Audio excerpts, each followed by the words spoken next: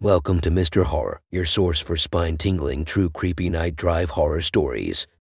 Join us as we explore the unknown and take you on a journey through the darkness. Let's dive into our latest story and see where the road takes us.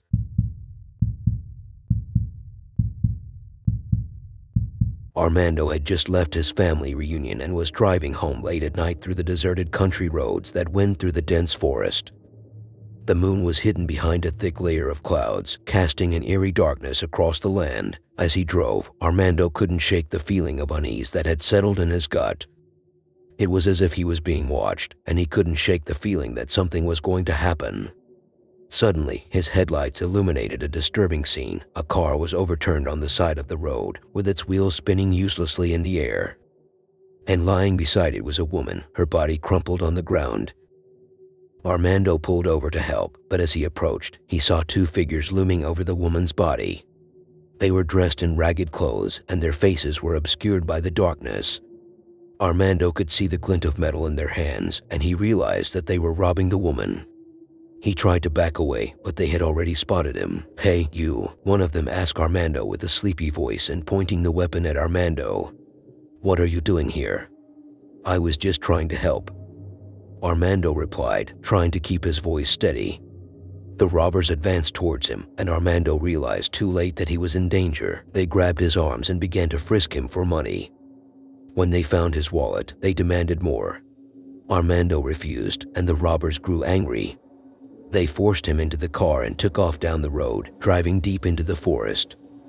Armando knew that he was in trouble, but he had no idea how much danger he was really in. Armando found himself in a dingy, makeshift shelter deep in the woods. The robbers had tied him to a chair with thick ropes, rendering him immobile. His ankles were tied together and his arms were bound behind his back. He could barely move, let alone escape. Armando tried to reason with the robbers, telling them that he didn't have any more money to give them. But they were ruthless and they didn't care. They threatened to hurt him if he didn't cooperate. The hours turned into days, and Armando was still trapped in the shelter. The robbers had left him with no food or water, and he was growing weaker by the hour. He could hear the sounds of the forest outside, and he knew that his chances of escape were slim. But Armando refused to give up. He tried to wiggle out of the ropes that bound him, but they were too tight. He tried to scream for help, but his voice was hoarse from dehydration. He was trapped, and he knew it.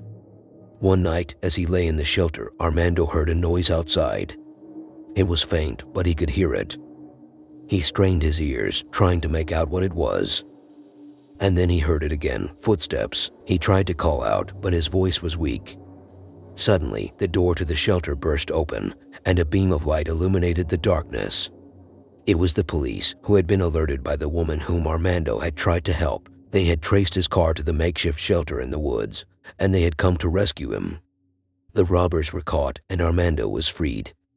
But the ordeal had taken its toll on him. He was weak, dehydrated, and traumatized. He would never forget the terror of those long, dark nights in the shelter, and he would never feel safe on the deserted roads again. The police had arrested the robbers, and they were now behind bars. Armando had been taken to the hospital, where he was treated for dehydration and the injuries he had sustained during his kidnapping. The woman he had tried to help visited him in the hospital, grateful for his bravery. She told him that she had called the police when she had regained consciousness after the accident, and that they had found his car at the shelter in the woods. She had been instrumental in his rescue, and Armando thanked her from the bottom of his heart. But even after he was released from the hospital, Armando couldn't shake the feeling of unease that had settled in his bones. He was haunted by the memory of the shelter in the woods, and he was terrified of driving on deserted roads at night. He became reclusive, rarely leaving his house, and never driving after dark. The robbers were tried and found guilty of kidnapping, robbery, and assault. They were sentenced to life in prison, but Armando knew that it would never be enough. The trauma they had inflicted on him would never fully heal, and he would always carry the scars of that terrifying night in the woods. In the end, Armando learned a valuable lesson. The world could be a dark and dangerous place, full of horrors he had never imagined, and he knew that he could never let his guard down again. The Smith family had spent an enjoyable day at Disneyland, and they were now making the long drive back home. It was late at night and the roads were deserted. The only light came from the headlights of their car, illuminating the empty road ahead. As they drove through the dark, the family began to notice strange things happening around them. First, they saw a figure standing at the side of the road, staring at them with a blank expression. Then they saw a car that seemed to be following them, no matter how many times they changed lanes or sped up. The family tried to ignore these strange occurrences, chalking them up to fatigue and a long day at the theme park. But the feeling of unease persisted, and they couldn't shake the sense that something was wrong. As they drove deeper into the night, the strange occurrences continued. They saw shadowy figures lurking in the bushes and heard the sound of footsteps following them. But when they looked around, there was no one there. The family began to panic, and the father suggested they stop at a gas station to get some rest. But as they pulled into the station, they saw something that made their blood run cold. The gas station was deserted, with no cars or people in sight.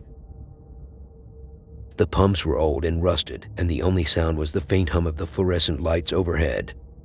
As the family got out of their car, they noticed something odd. All of the windows on the gas station were covered in black plastic, as if someone was trying to keep the light out, and when they looked closer, they could see strange markings etched into the plastic, almost like a message. The family tried to shake off the feeling of unease and go into the gas station to use the restroom. But as they walked towards the door, they heard a strange noise coming from inside. It was a low, guttural growl, like something wild and untamed. They hesitated, but the father decided to investigate. He pushed open the door and stepped inside, only to be confronted by a horrifying sight. Inside the gas station, the father saw that the walls were covered in strange symbols and markings. There were cages stacked in the corner, with something moving and snarling inside. And in the center of the room was a figure, a man, but not quite human. He was covered in fur, with long claws and sharp teeth. He was the source of the growling noise. The man-creature had seen him, and it was coming towards him. The family scrambled to get back to their car, but they found that it wouldn't start. The man-creature was closing in, and they had nowhere to run. But just when they thought it was all over, they heard the sound of police sirens in the distance. The creature growled and retreated into the shadows, and the family was rescued. The police investigated the gas station and found evidence of illegal activities and strange cult rituals. They arrested several individuals and shut down the operation, but the family never forgot the terror they had experienced on that dark, deserted road. They never knew what had led them to that gas station, or what might have happened if they hadn't escaped, but they knew that they would never be the same. David had been driving home from work on a dark, deserted road when his car suddenly spun out of control. He felt the sickening thud of metal hitting metal, and then the world went black. When he came to, David was lying in his car, which was now upside down. He was disoriented and in pain, but he managed to crawl out of the car and take in his surroundings. The road was deserted, and there was no sign of other cars or people. David realized that he was in trouble. He had no phone signal and no way to call for help. He was injured and alone, stranded on a deserted road in the middle of the night. As David lay on the side of the road, he heard a noise in the distance. It was faint at first, but it grew louder and closer with each passing moment. David strained to see through the darkness, and then he saw it, a car, driving towards him. The car pulled over, and a young couple got out. They rushed over to David, asking if he was okay. David explained that he had been in an accident and that he needed help. The couple tried to call for help, but like David, they had no phone signal. They offered to drive him to the nearest town where they could find a phone and call for help. David was relieved, but as he got into the car, he couldn't shake the feeling of unease. There was something off about the couple, something that he couldn't put his finger on. But he was injured and alone, and he had no other options. As the couple drove David towards the nearest town, he noticed something strange. The road seemed to be getting darker, and the trees loomed larger and more ominous. The couple were quiet, and their faces were obscured in the darkness. Suddenly, David realized what was happening. The couple weren't trying to help him, they were luring him into a trap. He tried to get out of the car, but it was too late. They had already taken him to their hideout deep in the woods. David was tied up and held captive for days, unsure of whether he would ever make it out alive. He managed to escape, but the trauma stayed with him for years. He would never forget the feeling of being alone and helpless on that deserted road, or the terror of realizing that the couple who had offered to help him were actually his captors. Thank you for watching this spine-tingling true creepy night drive horror story. If you enjoyed this story and want to hear more, please subscribe to our channel and hit the bell icon to get notified when we post new content. We know that the world can be a dark and terrifying place, full of unspeakable horrors lurking around every corner. But by sharing our stories, we can come together as a community and find comfort in the shared experience. If you have any true creepy night drive horror stories of your own, please share them in the comments below. We love hearing from our viewers, and we're always on the lookout for new stories to feature. Thank you for joining us on this journey into the unknown, and we hope to see you again soon. Remember to buckle up and drive safe out there.